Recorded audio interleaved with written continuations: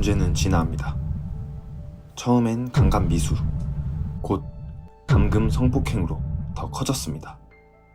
그리고 결국 강간 살인까지. 대한민국을 충격에 빠뜨린 김길태 살인사건입니다. 김길태는 1977년 부산 사상구 주례동의 한 교회 앞에서 버려진 채 발견되었습니다. 그렇게 발견된 김길태는 딸만 둘이던 양아버지에 의해서 입양되었는데요.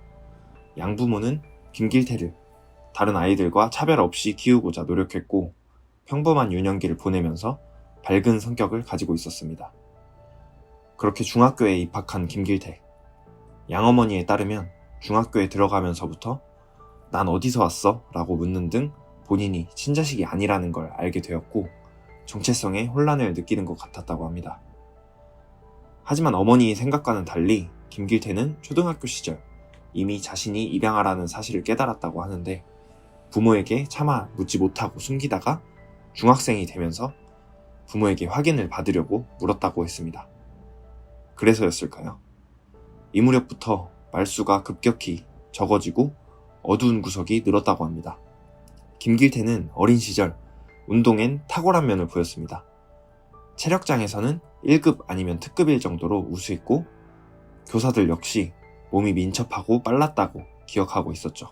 김길태가 17살이 되던 1994년 절도 혐의로 소년원에 드나들기 시작했습니다. 절도를 시작으로 이후에도 폭행, 절도, 구타 등 각종 범죄를 저지르면서 꽤 많은 시간을 소년원과 교도소에서 보냈습니다.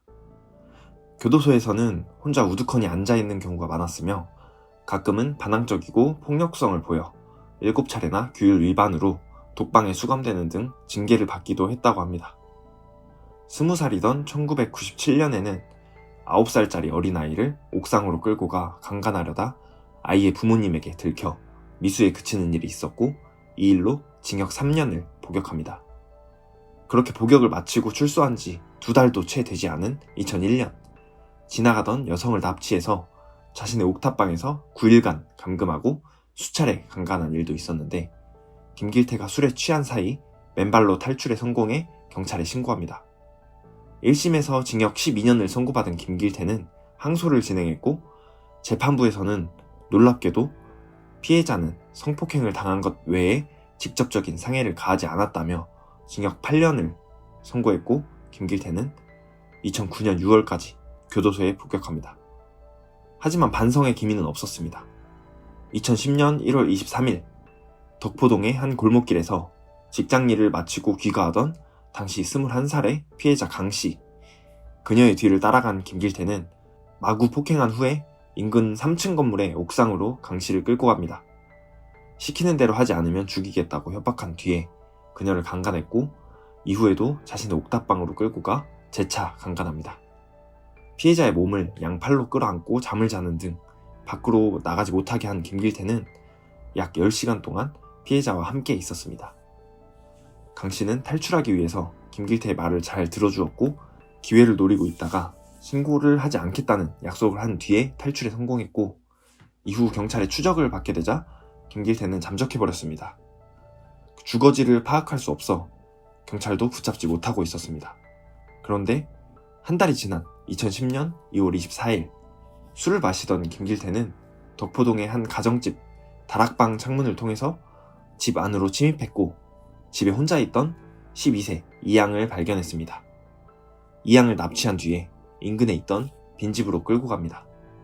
그곳에서 이마, 얼굴, 턱 부위를 주먹으로 수차례 폭행한 뒤에 성폭행까지 이어졌는데요. 이양은 소리를 지르며 끝까지 저항했고 김길태는 저항하는 이양의 코와 입을 막아 살해하기에 이릅니다. 당시 김길태는 이양이 살던 집에 바로 옆집이 비어있었고 그곳에 숨어 지내고 있었는데요. 그곳에 은신한 지 한 달이 지나자 가족들의 생활 패턴을 파악할 수 있었고 집 구조도 알고 있었기에 범죄를 계획하기 쉬웠을 것으로 예상됩니다.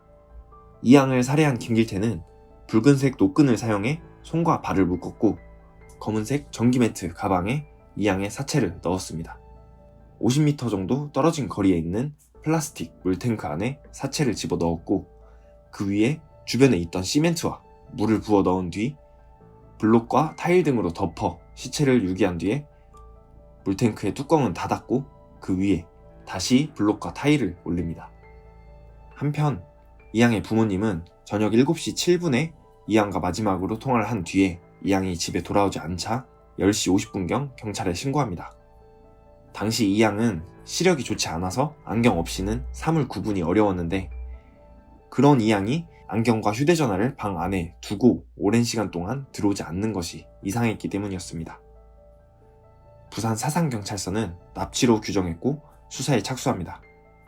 피해자가 살아있을 가능성을 염두에 두었고 범인을 자극하지 않기 위해 비공개 수사를 실시했는데요. 다른 유괴 사건과는 다른 점이 있었습니다. 보통 침입 후에 유괴하는 경우 집 안을 뒤진 흔적이 있다거나 금품을 요구하는 전화가 걸려오기 마련인데 집 안은 깨끗했고 전화도 걸려오지 않았습니다. 이에 성범죄와 관련되었을 가능성을 높게 생각하고 있었습니다. 당시 사건이 발생한 지역 일대는 재개발이 예정된 지역으로 거주자들이 대부분 다른 지역으로 이주한 상태였고 그만큼 비어있는 집이 많았기 때문에 경찰은 인근에 있는 빈집을 우선적으로 수색했습니다. 경찰은 한 달 전 납치 성폭행으로 수배 중이던 김길태를 유력 용의자로 생각했고 그의 집에도 방문했습니다. 계속 도주할 경우 살인사건의 용의자가 될 수 있으니 자수하라는 취지의 말을 김길태의 부모님에게 남겼는데요. 얼마 뒤 김길태는 부모님의 전화로 경찰에 전화해 자신은 살해하지 않았다는 주장을 하고 도주를 이어갔습니다. 이때까지만 해도 이양이 무사할 것이라고 생각했습니다. 김길태는 각종 범죄 전력이 있는 전과자긴 하지만 살인은 저지른 적이 없었기 때문입니다. 2월 27일 이양이 실종된 지 3일 만에 경찰은 공개수사로 전환하고 이양의 사진이 포함된 전단지를 전국에 배포했습니다. 그리고 3만 명의 경찰을 동원해서 수색을 이어갔습니다. 헬리콥터를 이용해 항공수색도 실시할 만큼 대대적인 수사로 전환한 것인데요. 2월 28일 사건 현장 근처의 빈집에서 김길태의 지문과 생활 흔적이 발견되었고 이양의 집에서 김길태의 신발 자국과 침입 흔적이 발견됐습니다. 경찰은 족적과 지문 등의 증거를 바탕으로 용의자를 김길태로 특정했고 공개 수배령을 내립니다. 이에 김길태는 경찰에 다시 전화를 걸었고 자신은 범인이 아니라는 주장을 하고는 또다시 도주했습니다. 3월 6일 밤 9시 20분에는 이양의 집에서 50m 떨어진 집 옥상 물탱크에서 돌과 벽돌, 석회가루가 뒤덮인 이양의 시신이 발견되었고 성폭행 흔적과 함께 남성의 체액이 발견되었는데 3월 8일 국가수의 DNA 분석 결과 김길태의 DNA와 일치한다는 것이 확인됩니다. 이 무렵 사건 현장과 가까운 덕포시장 일대에서 자꾸 음식물이 없어진다는 신고가 들어왔고 시장 주변에 대한 수색 작업이 이루어졌습니다. 경찰은 김길태의 일 수도 있다는 생각에 도주로를 확보하기 쉬운 곳을 집중적으로 수색했고 덕포시장 인근 빌라의 옥상의 문을 여는 순간 범인과 비슷한 인상착의를 한 남자가 50cm가량 떨어진 옆 빌라 옥상으로 몸을 던집니다. 그리고는 빌라 사이의 좁은 공간을 손발로 지탱하며 1층으로 도주한 남성, 그가 김길태임을 직감한 경찰은 그를 쫓아갔고 김길태 역시 경찰을 폭행하며 도주하려 했지만 결국 검거되고 말았습니다. 경찰에 붙잡힌 김길태는 성폭행은 인정했으나 이양을 살인한 것에 대해서는 끝까지 부인했습니다. 체액이 살인의 증거라고 볼 수 없다는 주장이었는데요. 끝내 경찰은 물탱크와 이양의 옷가지가 담겨있던 비닐봉지에서 김길태의 지문을 찾아냈습니다. 추가적으로 거짓말 탐지기와 뇌파 검사 등을 진행한 후에 3월 15일 자백을 받아낼 수 있었습니다. 김길태는 학창시절부터 계속 수감 생활을 해왔기 때문에 DNA라는 것 자체를 잘 모르고 있었다고 하는데요. 과학수사가 통하지 않자 거짓말 탐지기를 이용하기로 했고 눈으로 직관적으로 보이는 거짓말 탐지기를 본 김길태는 당황해서 자백했다고 하는데요. 이후에 가명을 위한 행동이었는지는 정확히 밝혀지지 않았지만 이양에 대해서 미안하다는 말을 하기도 했고 자백할 때는 갑자기 울음을 터뜨리면서 괴로워하는 모습을 보이기도 했습니다.